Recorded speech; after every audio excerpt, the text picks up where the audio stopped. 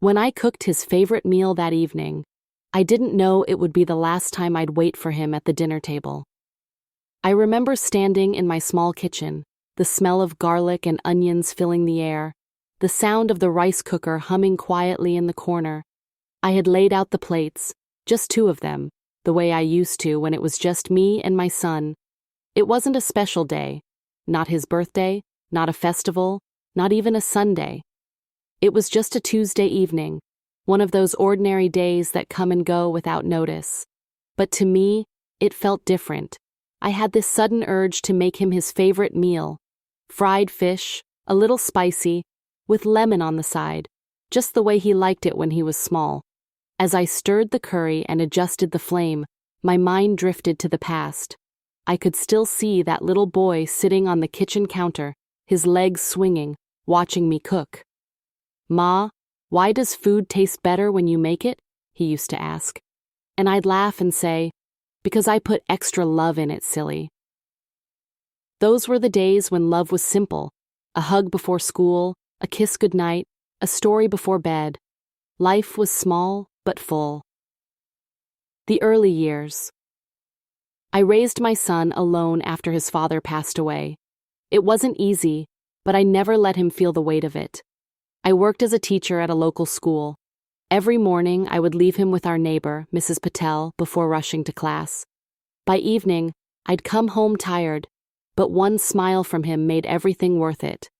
We didn't have much, but we had each other. He was my reason for everything, for getting up early, for saving money, for cooking proper meals even when I was exhausted. I remember the first time he called me his hero.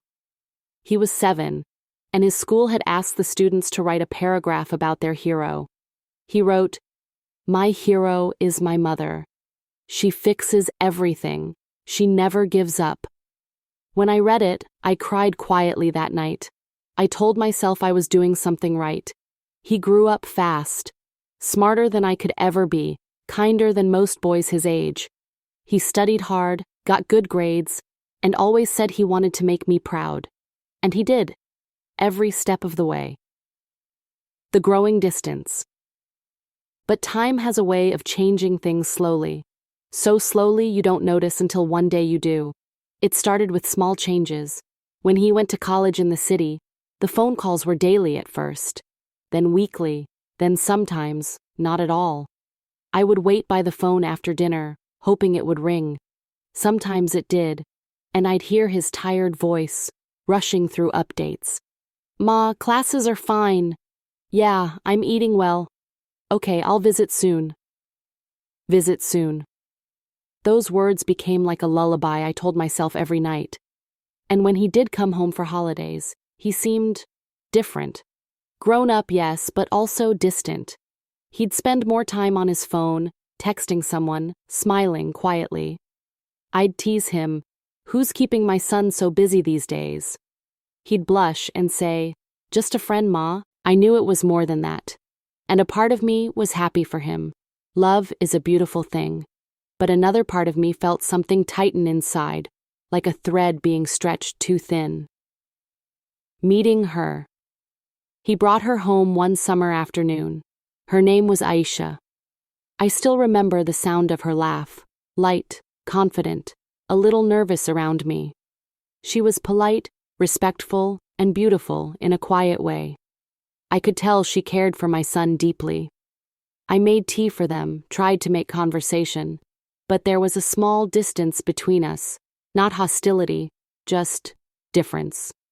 She grew up in the city, spoke quickly, dressed smartly, always on her phone.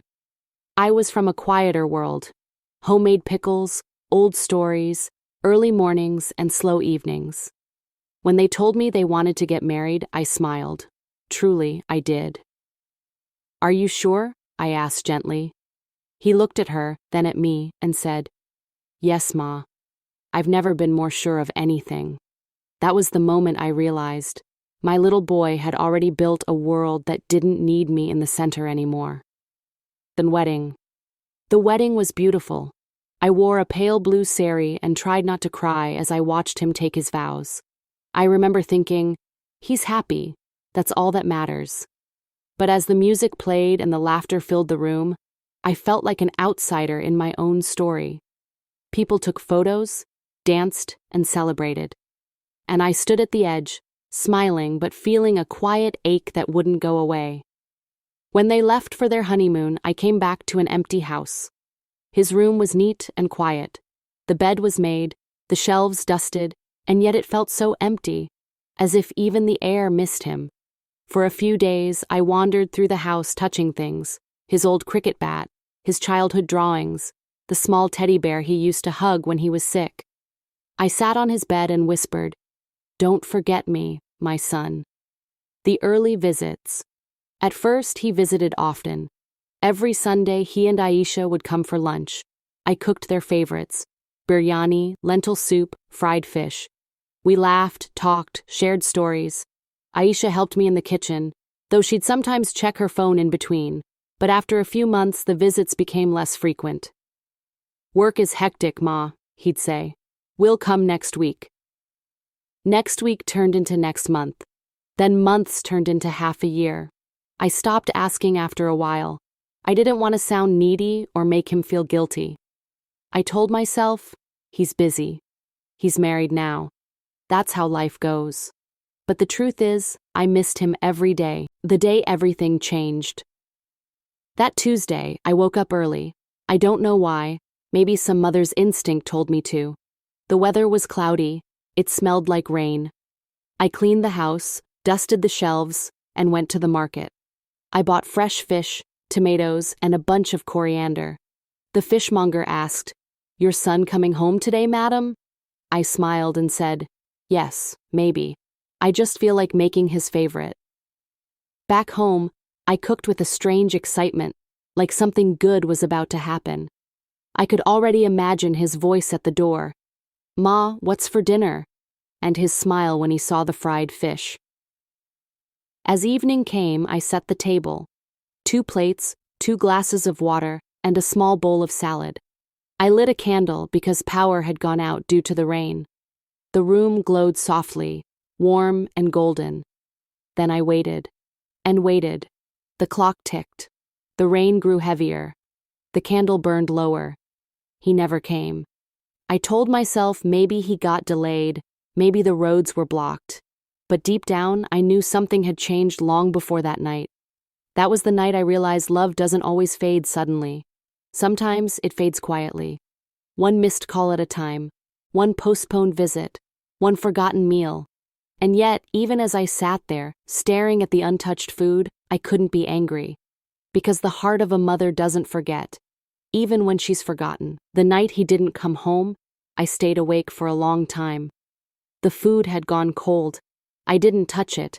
I just sat there, staring at the door, listening to the rain tapping against the window.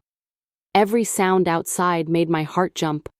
The distant horn of a car, footsteps on the wet street, the sound of wind rustling through the trees, but none of them were his. By midnight, I knew he wouldn't come. Still, I left the light on in the hallway, just in case. Old habits die hard. The next morning, I wrapped up the food and put it in the fridge. I told myself I'd eat it later, but I couldn't. Every time I looked at that plate, I saw his face. The little boy who once said, "Ma, you make the best fish in the world." The call. He called the next evening. His voice was casual, cheerful even. "Ma, I'm so sorry. Work ran late and then we had dinner with Aisha's family. I completely forgot to call you." For a second, I didn't know what to say. The words, "I cooked your favorite meal," rose to my lips, but I swallowed them. "That's all right," I said instead, trying to sound light. "You must be tired. Did you eat well?" Yes, we did," he replied. "Don't worry about me, Ma. I'll come next week, I promise." "Next week," I repeated softly. "Okay." When the call ended, I sat in silence. The house felt even emptier than before. His laughter still echoed faintly in my ears, but it felt distant, like something belonging to another life. Life without him. Days turned into weeks. Weeks turned into months. I filled my time with small things, watering the plants, visiting the temple, helping neighbors with their children's homework. But every evening, when the sun dipped low and the house grew quiet, I found myself looking at the door again. There's a strange kind of loneliness that only a mother knows. It's not about being alone. It's about being forgotten slowly. Sometimes I'd scroll through his old photos on my phone. The one of him on his first day at school, holding my hand so tightly. The one of him blowing out candles on his 18th birthday, smiling at me with frosting on his nose. He used to say, "Ma, you'll always be my best friend." I wonder when that stopped being true. A visit that felt different. One Sunday, he finally came. It had been nearly 3 months since his last visit. I opened the door and saw him standing there with Aisha. He looked tired, dark circles under his eyes, his smile not quite reaching them. Aisha greeted me politely, carrying a small box of sweets. "Ma, we could only stay for a little while," he said quickly, before I could even ask them to sit.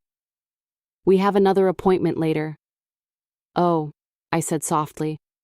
"That's all right. I'll make tea." As I turned toward the kitchen, I heard Aisha whisper, "I told you we'd be late if we came here first." I pretended not to hear. Some things are better left unacknowledged. I poured the tea carefully, trying to stop my hands from trembling. When I came back, they were both checking their phones. "Work?" I asked gently. "Just messages," he said. "It's been a busy week."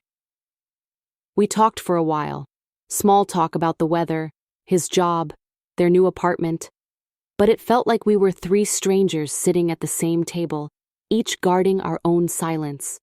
When they left, I stood by the door, waving until their car disappeared around the corner. The teacups were still half full, the forgotten birthday. That year, on my birthday, I woke up early and made myself a small breakfast.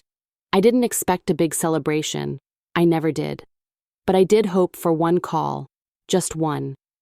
I checked my phone every hour. Nothing. By evening, I told myself maybe he was busy, maybe he'd call at night. But the day ended quietly. The next morning, I woke up and saw a message. "Happy birthday, Ma. Sorry, was tied up yesterday. Hope you had a good one." I stared at that message for a long time. It wasn't that he forgot. It was that remembering me had become an afterthought. I didn't reply immediately. I waited a few hours. Then I simply wrote back, "Thank you, Beta. Hope you're doing well." I didn't want to make him feel guilty. Mothers rarely do. We swallow our hurt and smile through it, hoping our silence will be understood. Aisha's visit. A few weeks later, Aisha came alone. She said she was nearby and thought to stop by. I was happy to see her. Surprised, but genuinely happy. I made tea and we talked. She told me about her new job, her busy schedule, the city life. She was polite, but there was something guarded in her tone. At one point she said, "Auntie, I hope you don't feel bad if we can't visit often. Things are just very hectic." I smiled and nodded. "Of course, dear. You have your own life now. I understand." She hesitated, then added softly, "Sometimes, I think he feels torn. He doesn't want to upset you, but he also doesn't know how to manage everything." I took a slow breath. He's a good boy. He just needs time. The world outside moves fast. He'll find his balance. But inside my heart whispered, or maybe I've already been replaced. When she left, she hugged me. A polite, careful hug. I stood at the door watching her go, the same way I used to watch my son. That evening, I went to his room again. His childhood books still lined the shelves. His trophies were dusted but untouched. I sat there quietly, tracing my fingers over his old handwriting on the study table. It read, "Ma, you are my home." I smiled, though my eyes were wet. I wonder if he still remembers writing that. The Mist Festival Diwali came that year. I decorated the house, cleaned every corner, and lit small diyas by the window. It had been a tradition. He and I would light the first one together. I messaged him that morning. "Are you coming home for Diwali, beta?" He replied, "Not this time, Ma. We're going to Aisha's parents' house. I'll call you later." Later never came. When evening fell, the neighborhood was alive with laughter, fireworks, and lights. But my house was quiet. I lit the diyas alone, whispering the old prayer we used to say together. For a moment, I thought I heard his laughter echoing in the hallway. I turned quickly, half expecting to see him, but it was just the wind playing tricks with my heart. I went to bed that night with my phone beside me. It stayed silent. The letter I never sent one afternoon. I sat down with pen and paper. I decided to write him a letter, not to blame him, not to ask for anything, just to tell him how I felt. I wrote about how much I missed him, how quiet the house had become, how I still cooked his favorite dishes, hoping he might visit. I told him I was proud of him, of the man he'd become, the life he was building. But at the end, my hand trembled as I wrote, "Sometimes I wish you'd just come sit with me for a cup of tea. Not because I'm lonely, but because you're my only piece of home left." I folded the letter, sealed it in an envelope, and placed it in my drawer. I never mailed it. Maybe I was afraid he'd feel guilty, or maybe I knew he wouldn't understand. The visit that broke me. It was nearly a year later when he visited again. This time he came alone. When I opened the door, he smiled, but it was tired, distracted. "Ma, how are you?" he asked, hugging me briefly. "I'm fine," I said, trying to read his eyes. "You look thinner. Are you eating well?" He laughed softly. "You'll never stop worrying, will you?" I smiled. "That's a mother's job." We sat down for tea. He talked about work, about his long hours, his promotions, his plans. He seemed proud, and I was too. But as he spoke, I realized something. He never once asked about me. Not how I'd been, not what I did all day, not how I felt. The conversation flowed one way, all about his world, a world I no longer belonged to. When he left, he said, "I'll come again soon, Ma." And I just nodded. I didn't ask when. I didn't remind him that I'd heard those words too many times before. After he left, I went into his room again. I opened the drawer of his old desk. Inside was a small note he'd written years ago. "Don't ever feel alone, Ma. I'll always come home." I pressed the note to my chest and closed my eyes. That was the beginning of the quiet years. The years when love turned into waiting, and waiting turned into habit. I still cooked his favorite meals sometimes. Not because I thought he'd come, but because it made me feel closer to him. The smell of fried fish, the sizzle in the pan, they carried echoes of laughter, of little hands clapping, of a boy who once said, "I'll never leave you, Ma." And maybe, in some way, he hadn't left completely. He just forgot how to find his way back. It was a winter evening when the turning point came. The kind of evening when the sky looks gray even before sunset, and the air smells faintly of wood smoke. I was in the kitchen chopping vegetables when the phone rang. It was an unknown number. "Hello?" I said. "Maji, this is Aisha," came the soft voice on the other end. Her tone was polite, but there was something uncertain in it, a hesitancy I hadn't heard before. "Yes, Beta," I said. "How are you? Is everything all right?" There was a pause. Then she said quietly, I don't know how to say this, but he's been very distant lately. Even with me." I stopped chopping and held the phone tighter. "Distant?" "Yes," she whispered. "He hardly talks, barely eats. He's always at work. And when he's home, he just stares at his phone or sits in silence. I asked him what's wrong, but he just says he's tired." I felt my heart squeeze. "He's overworking himself," I said softly. "He's always been like that. When he wants to prove something, he forgets everything else." "I know," Aisha said. But sometimes I think he's running from something. Running from what? I asked gently. She was quiet for a long moment.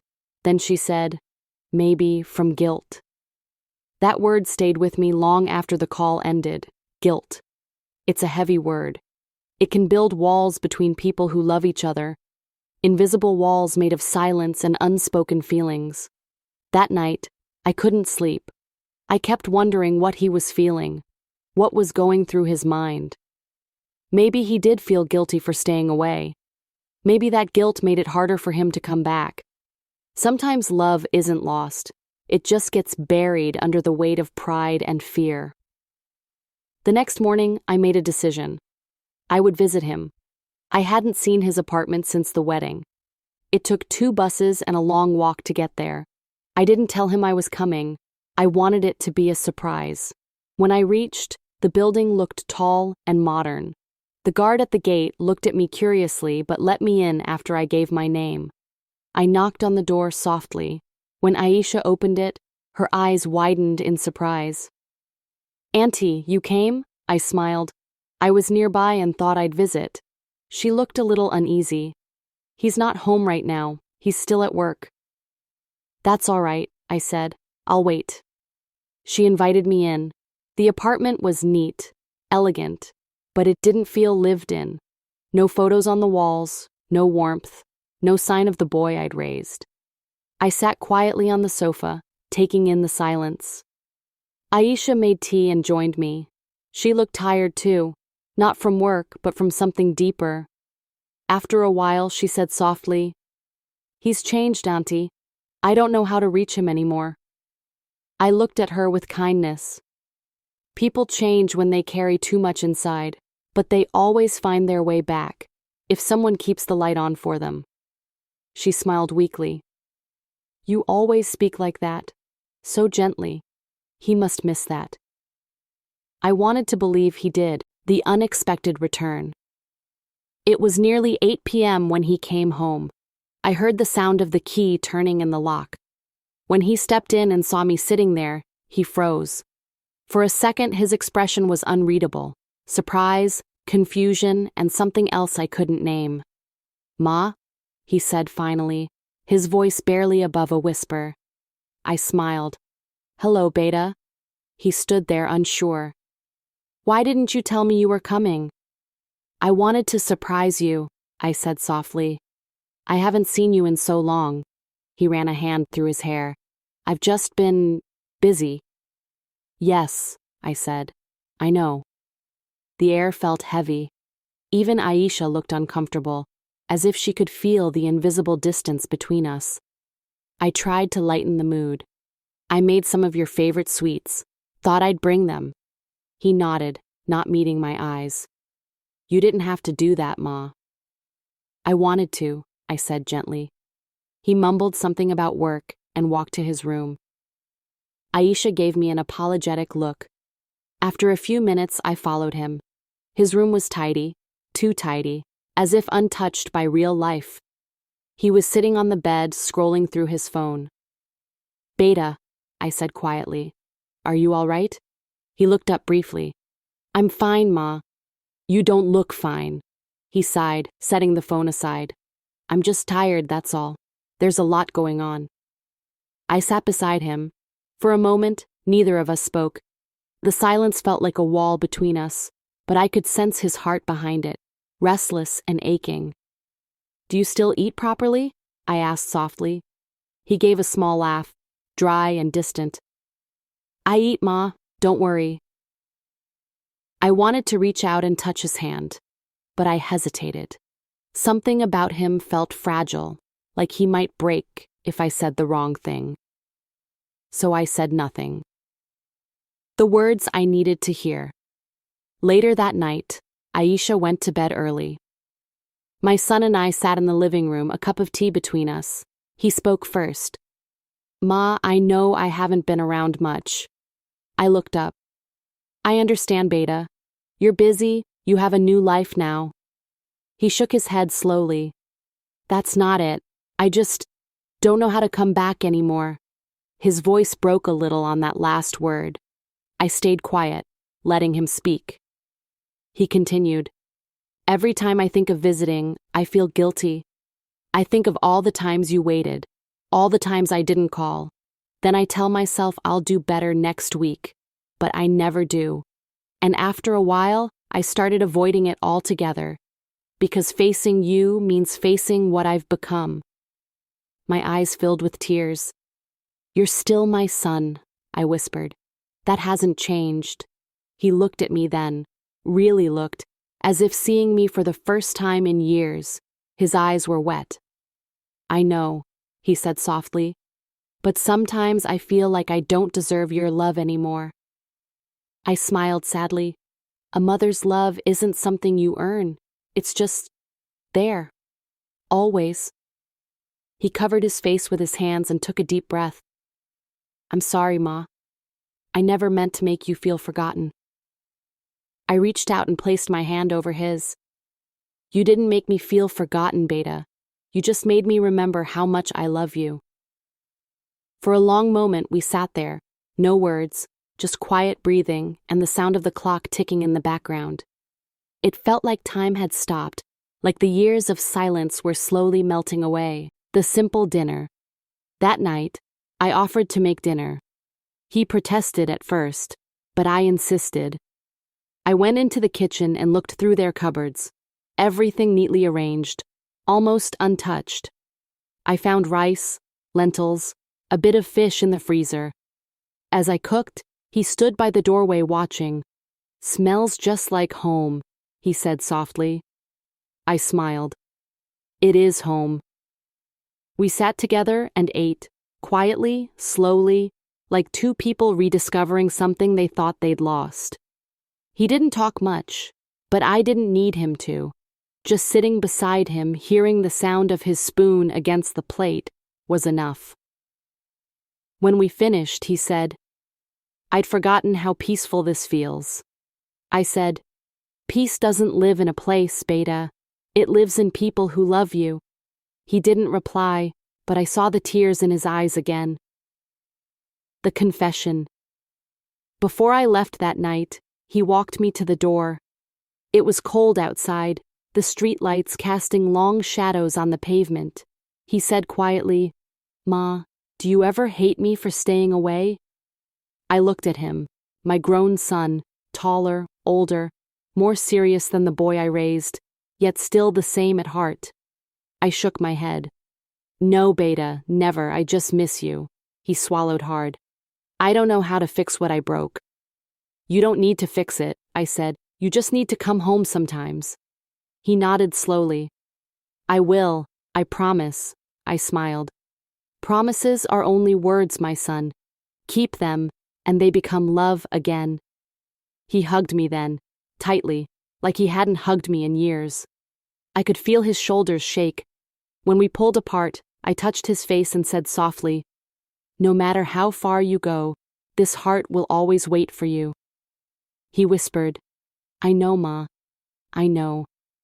As I walked away that night, I didn't feel sad. I felt light. Something between us had shifted. A quiet understanding, a bridge rebuilt with tears and truth. For the first time in years, I didn't have to wait at the door or stare at an empty chair. I had heard the words I'd longed for all along, not "I'm sorry, but I still need you." And for a mother's heart, that was enough. The morning after that visit, I woke up earlier than usual. The air felt lighter, as if some invisible weight had finally lifted from my chest. I sat by the window with my cup of tea and watched the sky turn from pale gray to soft gold. For the first time in a long while, I didn't feel that ache, the one that comes from waiting too long. Instead, I felt calm. Sometimes all it takes is a few honest words to mend years of silence. A few days later, he called.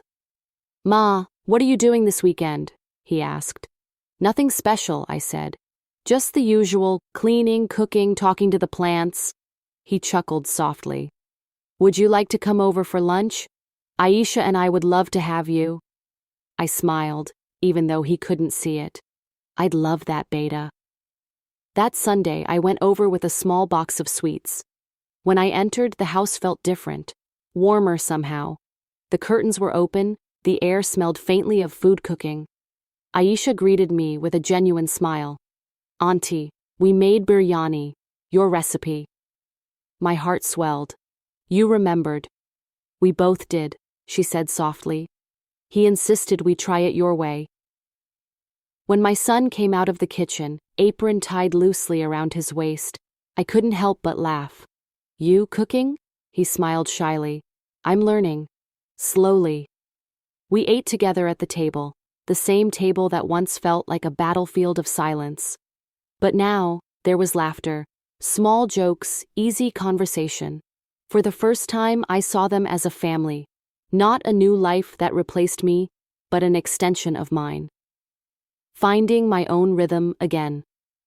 After that day, things began to change. Slowly, naturally. He called more often, not every day, not even every week, but enough to make me smile when the phone rang.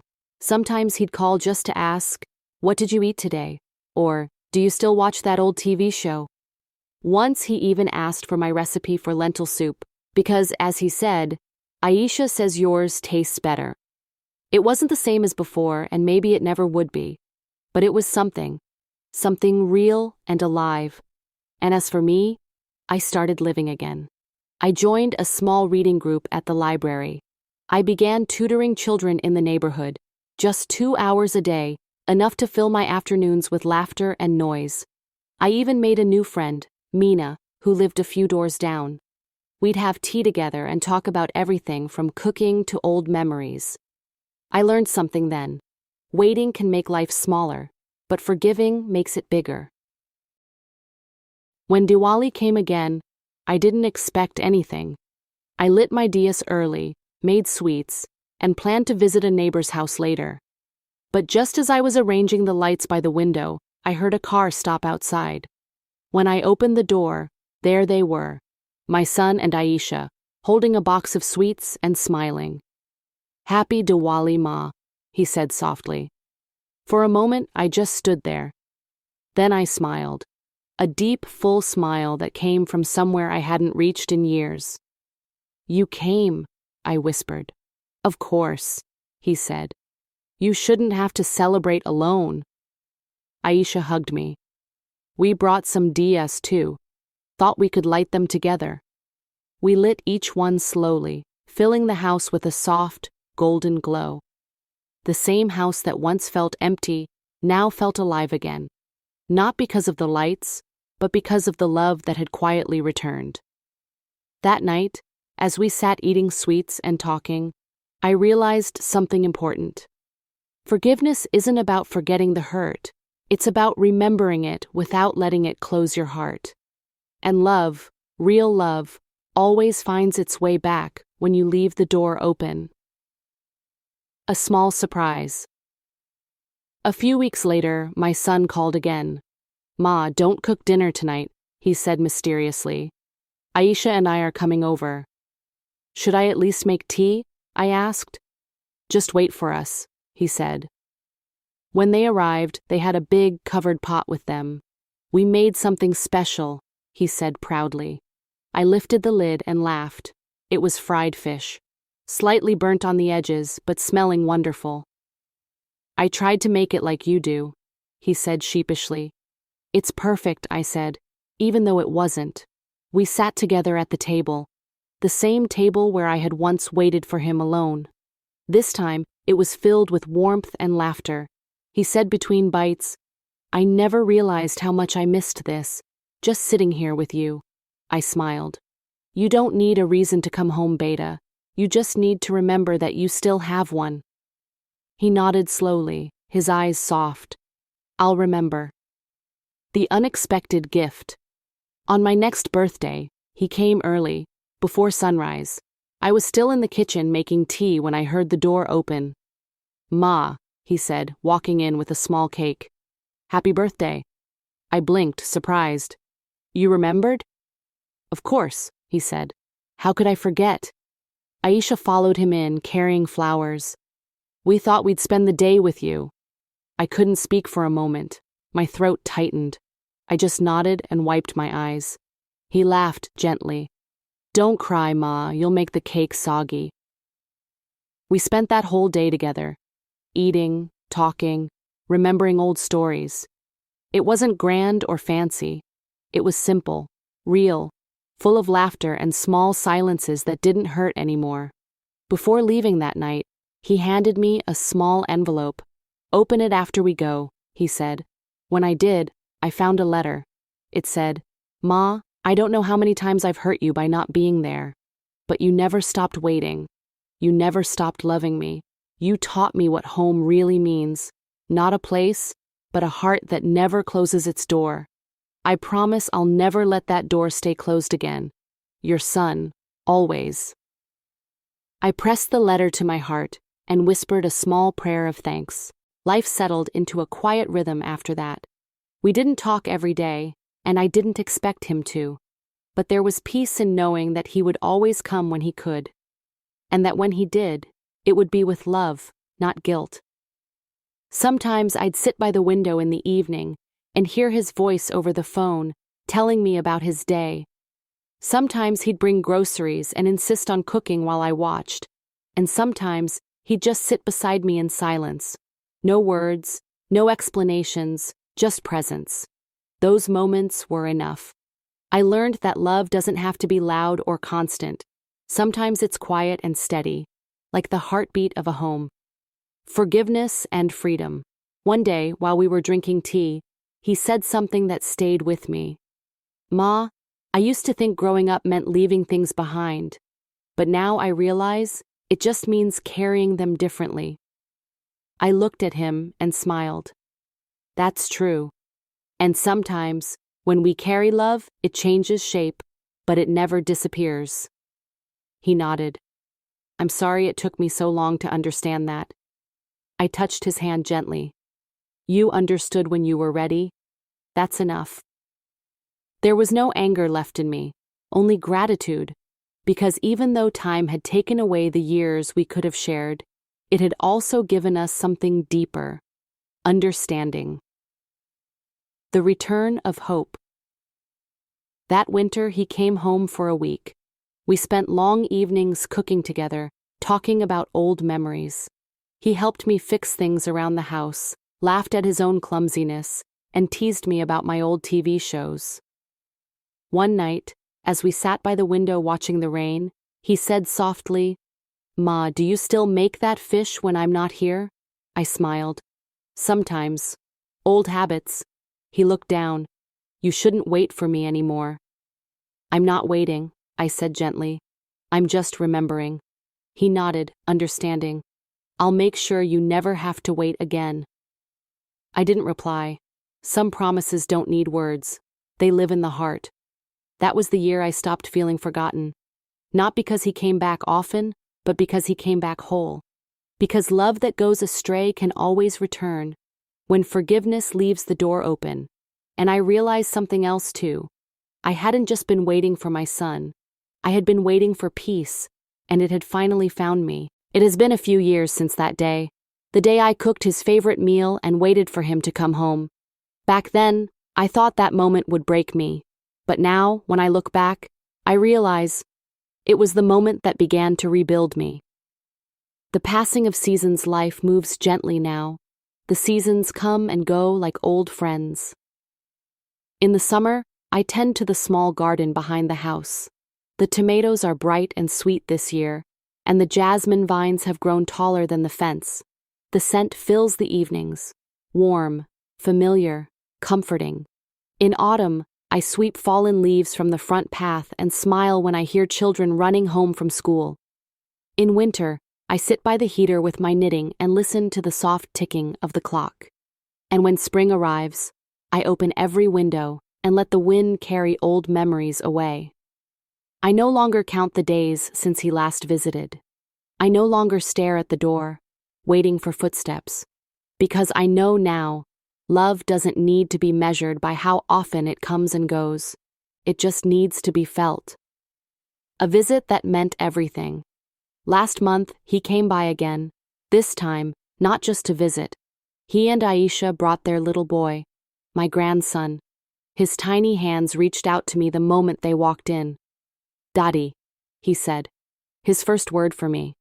That single word filled every empty space in my heart. We spent the day together. The house, once filled with silence, was now full of laughter, toys, and tiny footsteps. At one point, while the child was napping, my son sat next to me on the porch.